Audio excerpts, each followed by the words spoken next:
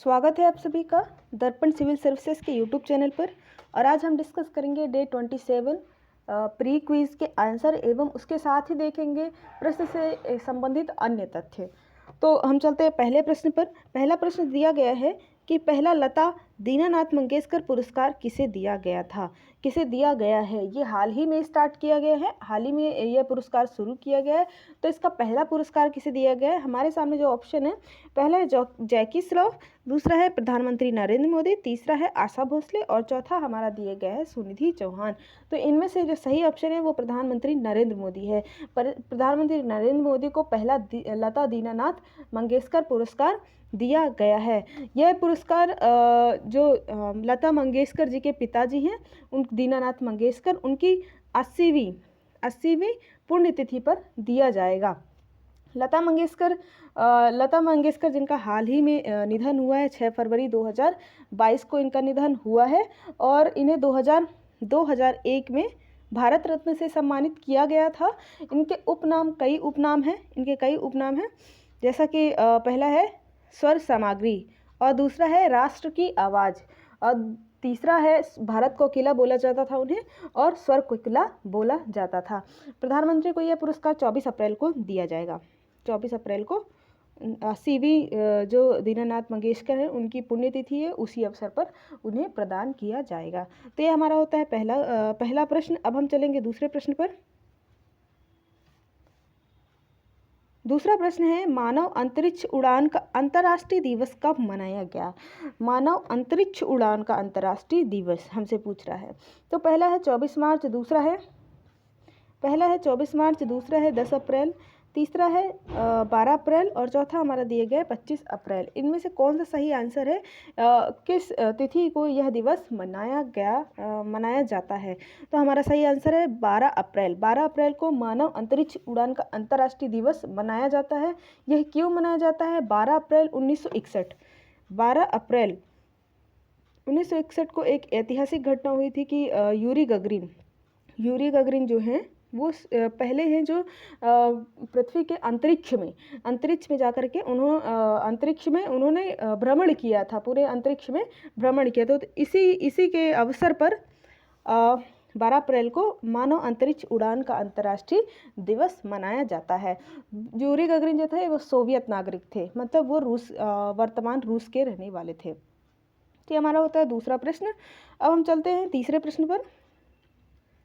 समानता दिवस एवं ज्ञान दिवस कब मनाया जाता है। समानता एवं ज्ञान दिवस कब मनाया जाता है। तो हमारे सामने जो ऑप्शन है, पहला 12 अप्रैल, दूसरा है 10 अप्रैल और तीसरा है हमारा 14 अप्रैल और चौथा हमारा दिया गया 1 अप्रैल।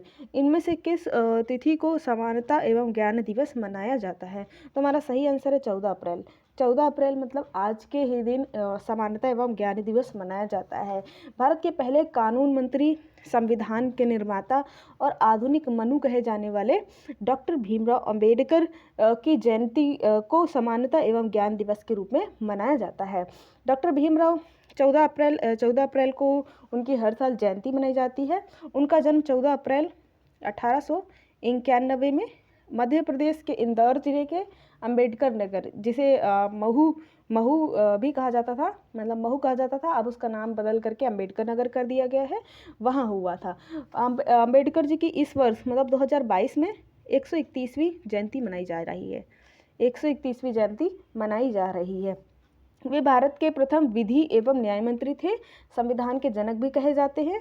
उन्हें 1990 में उन्हें भारत रत्न दिया गया था। और लता मंगेशकर जी को कब दिया गया था? तो लता मंगेशकर जी को 2001 में भारत रत्न दिया गया था, पिछले क्वेश्चन में जैसा कि बता चुके हैं। अब हम चलते हैं दूसरे क्वेश्चन पर।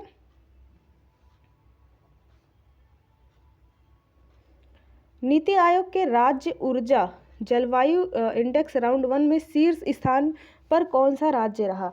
नीति आयोग की एक इंडेक्स है राज्य ऊर्जा और जलवायु इंडेक्स राउंड 1 में कौन सा राज्य शीर्ष स्थान पर रहा। तो हमारे सामने ऑप्शन है गुजरात, राजस्थान, केरल और कर्नाटक। इन चारों राज्यों में कौन सा राज्य जो है प्रथम स्थान पर रहा। तो इसका सही उत्तर है गुजरात पहले नंबर पर रहा। गुजरात के बाद दूसरे नंबर पर केरल और तीसरे नंबर पर पंजाब का स्थान रहा। और छत्तीसगढ़, ये मध्य प्रदेश, छत्तीसगढ़, ये सब पीछे पीछे वाले स्थान में थे। तो ये हमारा होता है चौथा नंबर का क्वेश्चन का आंसर। और अब हम चलते हैं 5वें नंबर के क्वेश्चन पर। हाल ही में 56वां ज्ञानपीठ पुरस्कार किसे दिया गया? 56वां ज्ञानपीठ पुरस्कार, 56वां ज्ञानपीठ पुरस्कार 2021 के लिए दिया गया है। तो इसे किसे दिया गया है, हमें हमारे क्वेश्चन में पूछा गया है।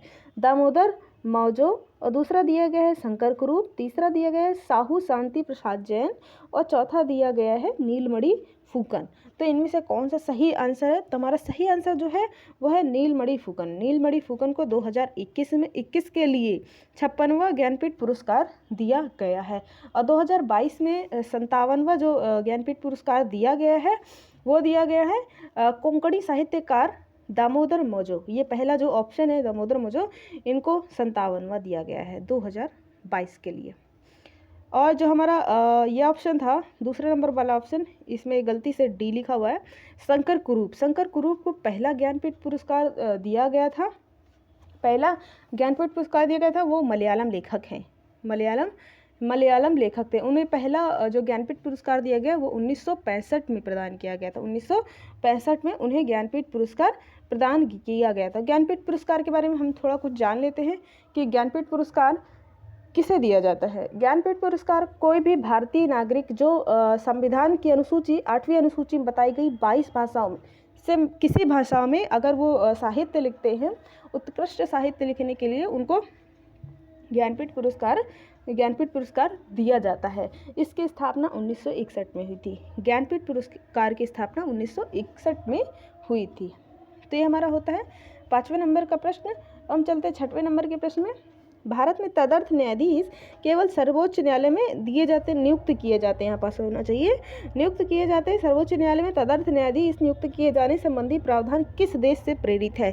मतलब तदर्थ न्यायाधीशों को सर्वोच्च न्यायालय में नियुक्त किया जाना ये किस देश से लिया गया है? तो पहला हमारा है अमेरिका, दूसरा फ्रांस, तीसरा दिया गया है ब्रिटेन से, और चौथा दिया गया है ऑस्ट्रेलिया से। तो इनमें से कौन सा किस देश से ये लिया गया है? तो हमारा सही ऑप्शन है फ्रांस से। फ्रांस से ये लिया गया है। हमारे संविधान के अनुच्छेद 127 में तदर्थ न्यायाधीश का प्रावधान किया गया है। तदर्थ न्यायाधीश कब नियुक्त किए जाते हैं? जब सर्वोच्च न्यायालय में अगर गणपूर्ति के लिए न्यायाधीश कम पड़ रहे हैं तब तदर्थ न्यायाधीशों की नियुक्ति की जाती है। तदर्थ न्यायाधीश की नियुक्ति जो है वो मुख्य न्यायाधीश द्वारा राष्ट्रपति की पूर्ण सहमति से की जाती है। तदर्थ न्यायाधीश नियुक्त होने के लिए क्या क्या योग्यताएं होनी चाहिए? तो तदर्थ न्यायाधीश नियुक्त होने के लिए उच्च न्यायालय के ऐसे न्यायाधीश जो उच्चतम न्यायालय के न्यायाधीश नियुक्त किए जाने की योग्यता रखते हों, जो सुप्रीम कोर्ट के न्यायाधीश नियुक्त किए जाने की योग्यता रखते हो, ऐसे न्यायाधीशों को तदर्थ न्यायाधीश नियुक्त किया जा सकता है। तो ये हमारा हुआ 6वां नंबर प्रश्न। और तदर्थ न्यायाधीश केवल और केवल सर्वोच्च न्यायालय के स्तर पर ही नियुक्त किए जाते हैं, इसे उच्च न्यायालय के स्तर पर नियुक्त नहीं किया जाता है। तो हमारा होता है 6वां नंबर का प्रश्न। हम चलते हैं 7वें नंबर के प्रश्न पर। उच्चतम न्यायालय मामलों की सुनवाई दिल्ली में करता है, किंतु किसके अनुमोदन से वह किसी अन्य स्थान पर भी सुनवाई कर सकता है? अगर वो किसी अन्य स्थान पर सुनवाई करना चाहे तो वो किसका अनुमोदन लेगा वो सुनवाई करने के लिए? हमारे ऑप्शन में पहला दिया गया है केंद्रीय मंत्रिमंडल के अनुमोदन पर, दूसरा है राष्ट्रपति के अनुमोदन पर, तीसरा है संबंधित राज्य के राज्यपाल के अनुमोदन पर, जहां उसे जाना है, जहां उसे सुनवाई करनी है उस राज्य के राज्यपाल के अनुमोदन पर, और चौथा दिया गया इनमें से कोई नहीं। तो हमारा जो सही ऑप्शन है वो है बी नंबर ऑप्शन, कि राष्ट्रपति के अनुमोदन पर वो किसी अन्य स्थान पर भी सुनवाई कर सकता है उच्चतम न्यायालय, है ना। तो ये हमारा होता है क्वेश्चन नंबर 7। अब हम चलते हैं क्वेश्चन नंबर 8 पर। मुख्य न्यायमूर्ति PN भगवती भारत में लोकहितवाद PIL के प्रणेता कहे जाते हैं। वे कौन से नंबर के मुख्य न्यायाधीश थे? वो CJI थे, है ना, चीफ जस्टिस ऑफ इंडिया थे। तो ये पूछ रहा है कि वो कौन से नंबर के CJI थे, ऐसा पूछा गया है ना। तो इसमें दिए गए हमारे ऑप्शन में 20वें, 10वें, 17वें और 24वें। तो कौन से नंबर के थे? तो वो 17वें नंबर के CJI थे। हमारा सही ऑप्शन होगा सी नंबर, कि वो 17 नंबर के CJI थे। PN भगवती जो है वो उन्हें जनहित याचिका का जनक कहा जाता है। जी है, जनहित याचिका का उन्हें जनक कहा जाता है। जो चलित न्यायालय है, चलित न्यायालय उनके मन की ही उपज थी। चलित न्यायालय उनके मन की उपज थी ये। पीएन भगवती का पूरा नाम है प्रफुल्ल चंद्र नटवर लाल भगवती। प्रफुल्ल चंद्र नटवर लाल भगवती। इनका जो कार्यकाल रहा है सीजेआई के रूप में वो है 1985 से 1986 तक। ये सर्वोच्च न्यायालय के मुख्य न्यायाधीश रहे थे। तो ये हमारा होता है 8वें नंबर का प्रश्न। अब हम चलते हैं 9वें प्रश्न पर। इस अनुच्छेद के तहत उच्चतम न्यायालय को पुनर्वलोकन की शक्ति प्रदान की गई है। किस अनुच्छेद के तहत उच्चतम न्यायालय को पुनर्वलोकन की शक्ति प्रदान की गई है? तो ये हमसे पूछा गया है। तो पहला है हमारा 141, अनुच्छेद 141, दूसरा है 140, तीसरा दिया गया है 138 और चौथा दिया गया है हमारा 137। तो हमारा जो सही ऑप्शन है वो 137। 137 के तहत उच्चतम न्यायालय को पुनरावलोकन की शक्ति प्रदान की गई है।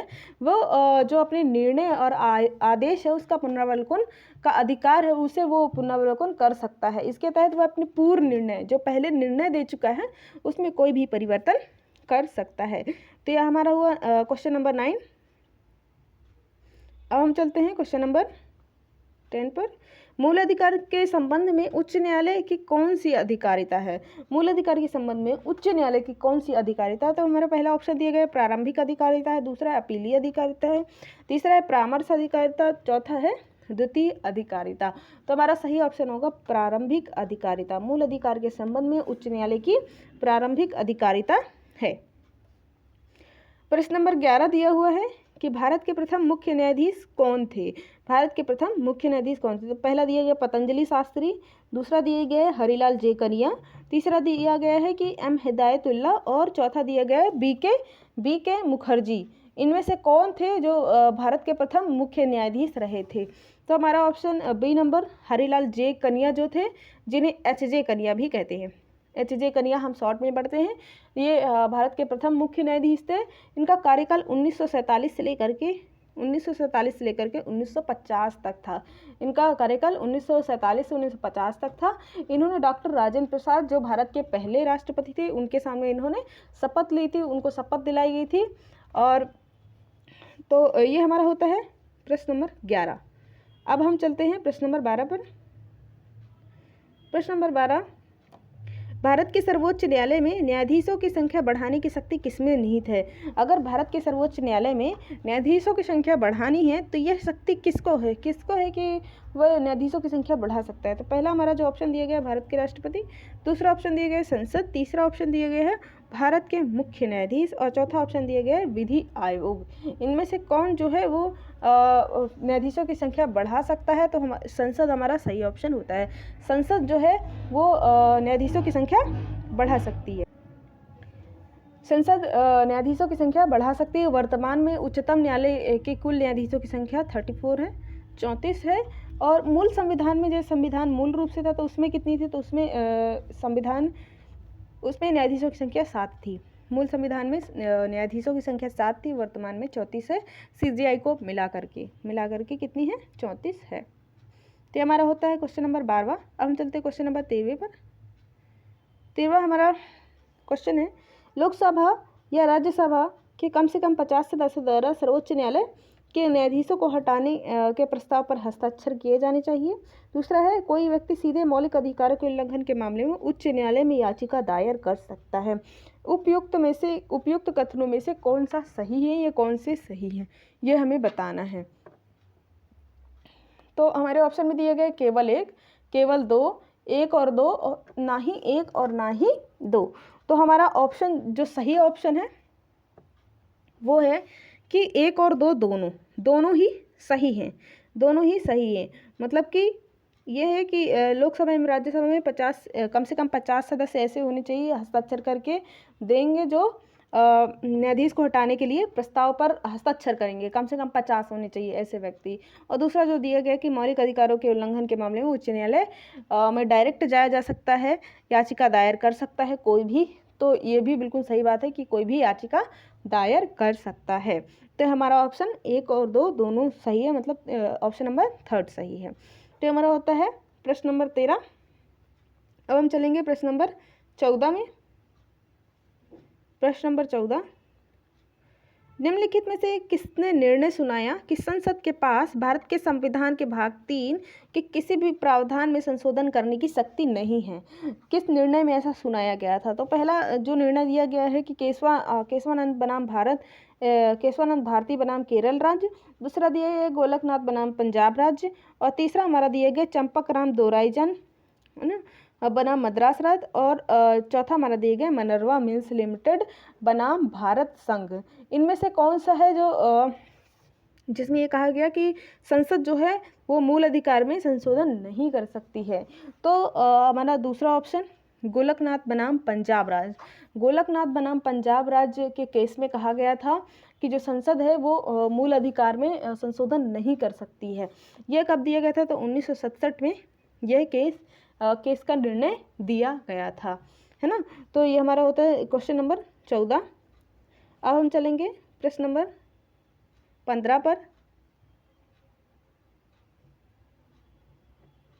प्रश्न नंबर 15, उच्च न्यायालय के पास 226 के तहत, अनुच्छेद 226 के तहत किसके प्रवर्तन के लिए अधिकार क्षेत्र है? किसका प्रवर्तन करा सकता है 226 के तहत, है ना। तो पहला दिया है नागरिक अधिकार, दूसरा स्वीकृति अधिकार, तीसरा है मौलिक अधिकार, और चौथा है बाल अधिकार। तो किसमें 256 के तहत हम किस अधिकार का प्रवर्तन करा सकते हैं? किस अधिकार का परिवर्तन उच्च न्यायालय करा सकता है? तो मौलिक अधिकारों को लागू करने के लिए रिट का प्रावधान किया गया है। संविधान में 5 रिट बताई गई, 5 रिट का प्रावधान किया गया है। तो उच्च न्यायालय को उन मौलिक अधिकारों के प्रवर्तन के लिए उन रिट के माध्यम से उन रिट को लागू कराया जाता है अनुच्छेद 226 के तहत। तो ये किसके प्रवर्तन के लिए? मौलिक अधिकार के प्रवर्तन के लिए किया जाता है। मतलब ऑप्शन नंबर 3 सही है, ऑप्शन नंबर 3 सही है। तो हमारा होता है प्रश्न नंबर 15। अब हम चलेंगे प्रश्न नंबर 16 पर। प्रश्न नंबर 16 जो दिया गया है कि सर्वोच्च न्यायालय की स्थापना के संदर्भ में कौन से कथन सही हैं या है ना। कलकत्ता में सर्वोच्च न्यायालय 1773 के रेगुलेटिंग एक्ट द्वारा स्थापित किया गया था। कलकत्ता में सर्वोच्च न्यायालय 1773 के रेगुलेटिंग एक्ट द्वारा स्थापित किया गया था। ये बात तो बिल्कुल सही है। लेमेस्टर इस न्यायालय के पहले मुख्य न्यायाधीश थे। लेमेस्टर इस न्यायालय के पहले मुख्य न्यायाधीश नहीं थे। एलिजा इम्पे जो थे वो इस न्यायालय के मुख्य न्यायाधीश थे, है ना। और इस न्यायालय की स्थापना कब की गई थी? तो रेगुलेटिंग एक्ट जो आया था वो 1773 में आया था, और 1774 में इस न्यायालय की स्थापना हो गई थी। तो ये हमारा होता है इसमें क्या दिया गया? केवल 1, केवल 2, ना तो 1 ना ही 2, और 1 और 2 दोनों। तो हमारा पहला बस ऑप्शन सही है, मतलब ए नंबर ऑप्शन हमारा सही होता है। अब हम चलते हैं दूसरे क्वेश्चन पे।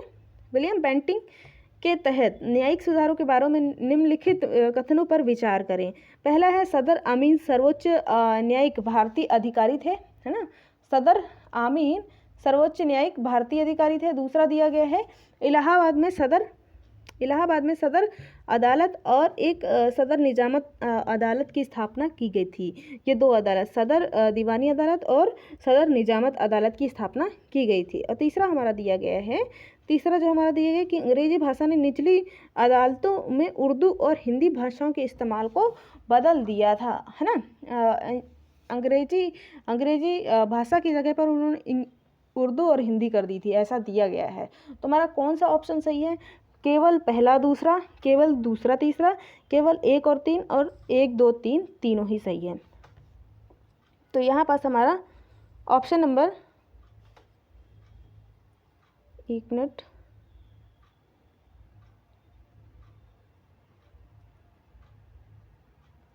कौन सा प्रश्न था? ये तो हमारा ऑप्शन नंबर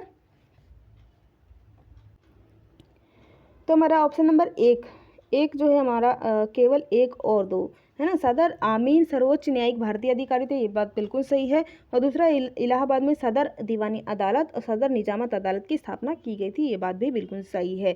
तीसरा जो कथन है वो गलत है, वहाँ उर्दू और हिंदी भाषाओं का इस्तेमाल को नहीं कहा गया था, है ना। इसकी जगह पे फारसी और वर्नाकुलर भाषा के इस्तेमाल को बदला गया था। तो यह हमारा होता है प्रश्न नंबर 17। अब हम चलेंगे प्रश्न नंबर 18 पर। प्रश्न नंबर 18, ब्रिटिश भारत में न्यायपालिका के बारे में निम्नलिखित कथनों पर विचार कीजिए। तो पहला हमारा दिए गए, वॉरेन हेस्टिंग जिला न्यायाधीश के रूप में कार्य करते हुए जिला दीवानी अदालत का नाम बदलकर जिला न्यायालय कर दिया गया था। जिला दीवानी अदालत का नाम बदलकर उन्होंने जिला न्यायालय कर दिया गया था। वॉरेन हेस्टिंग ने ऐसा किया था। और दूसरा हमारा दिए गए, जिला फौजदारी अदालतों ने जिला कलेक्टर के अधीन काम किया। जिला फौजदारी जो थी अदालतें थी वो किसके अधीन काम किया था उन्होंने, तो उन्होंने जिला कलेक्टर के अधीन काम किया था। तो पहला ऑप्शन हमारा बिल्कुल गलत है, ये नहीं होगा, है ना। और दूसरा ऑप्शन हमारा सही कि जिला फौजदारी अदालतों ने जिला कलेक्टर के अधीन काम किया गया था, है ना। तो हमारा ऑप्शन कौन सा सही होता है, option number B. Option number B केवल 2 सही है। अब हम चलते हैं दूसरे क्वेश्चन पर। 19वां नंबर क्वेश्चन जो है, लॉर्ड कॉर्नवालिस द्वारा न्यायिक सुधारों के संदर्भ में निम्नलिखित कथनों पर विचार कीजिए, है ना। लॉर्ड कॉर्नवालिस के बारे में यह हमको बोल रहा है। तो पहला है, कॉर्नवालिस ने अपनी न्यायिक शक्तियों के संग्रहकर्ताओं से दूर ले लिया। मतलब कॉर्नवालिस ने जो न्यायिक शक्तियाँ संग्रहकर्ताओं मतलब कलेक्टर को दी थी, कलेक्टर को जो दी थी, है ना, तो उससे उनसे ले लिया था। वह अब न्यायिक शक्तियाँ ले ली थी, उन्हें राजस्व के संग्रह के लिए पूरी तरह से जिम्मेदार बना दिया गया था। उन्हें सिर्फ ये कहा कि तुम राजस्व का संग्रह करो और तुम न्यायिक शक्तियाँ मतलब न्यायिक निर्णय नहीं दे सकते हो, है ना। तो पहला कॉर्नवालिस ने ये किया। दूसरा हमारा जो दी गया, कोर्ट फीस खत्म कर दी गई, है ना। कॉर्नवालिस ने कोर्ट फीस खत्म कर दी। तो ये इनमें से कौन से ऑप्शन सही है, ऊपर दिए कथनों में से कौन से सही है, केवल 1, केवल 2, केवल 1 और 2, और ना ही 1 ना ही 2। तो हमारा दोनों ही ऑप्शन सही है कि कॉर्नवालिस ने कलेक्टर से जो थी वो न्यायिक शक्तियाँ ले ली थी, और दूसरा है कोर्ट फीस खत्म कर दी थी। तो दोनों ही सही है हमारा। अब हम चलते हैं 20वें नंबर प्रश्न पे। भारतीय कानूनों को संहिताबद्ध किस गवर्नर जनरल द्वारा किया गया था। भारतीय कानूनों को संहिताबद्ध किस गवर्नर जनरल द्वारा किया गया था। तो पहले हमारा जो ऑप्शन है कि Lord Macaulay, Lord Ripon, Cornwallis और वॉरेन हेस्टिंग। तो लॉर्ड मैकाले जो थे उन्होंने कानूनों को संहिताबद्ध किया था। मैकाले द्वारा विधि आयोग की स्थापना की गई थी। इसके लिए कानून को संहिताबद्ध करने के लिए विधि आयोग की स्थापना मैकाले द्वारा की गई थी। तो हमारा सही ऑप्शन क्या होता है, ए नंबर होता है कि मैकाले जो थे उन्होंने कानूनों को संहिताबद्ध किया था। ये होते हैं हमारे आज के क्वेश्चन, और इसी तरह के प्रश्न आगे भी आएंगे। आपको कल भी इसी तरह के प्रश्न दिए जाएंगे, उन्हें सॉल्व करें और यूट्यूब से डिस्कशन देखें। यहाँ कर इसका डिस्कशन देखें, अन्य तथ्यों को अपनी नोट्स में नोट कर लें, क्योंकि ये महत्वपूर्ण तथ्य हैं, ये परीक्षा में भी पूछे जा सकते हैं। अगर आप इस टेस्ट को लगाना चाहते हैं तो डाउनलोड करें दर्पण सिविल सर्विसेज का ऐप डाउनलोड कर लें और उसके फ्री टेस्ट सेक्शन में जाएं, आपको ये टेस्ट मिल जाएगा। यह टेस्ट जो है वो टेस्ट लगाओ इनाम पाओ के तहत लगाया जा रहा है, दिया जा रहा है आपको। अगर आप इसको टाइमली लगाना चाहते हो तो रोज़ 11 बजे सुबह इसे ऐप पर डाला जाता है, या फिर इसकी लिंक जो है वो हमारे टेलीग्राम ग्रुप पर दी जाती है। तो आप टेलीग्राम ज्वाइन कर लें, आपको वहाँ से लिंक मिल जाएगी, या तो आप दर्पण सिविल सर्विसेज का ऐप डाउनलोड करके वहाँ से आप इन प्रश्न को लगा सकते हैं।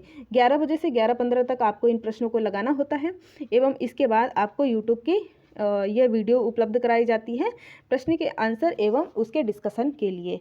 तो धन्यवाद आज के लिए, फिर मिलते हैं अगले प्रश्नों के साथ।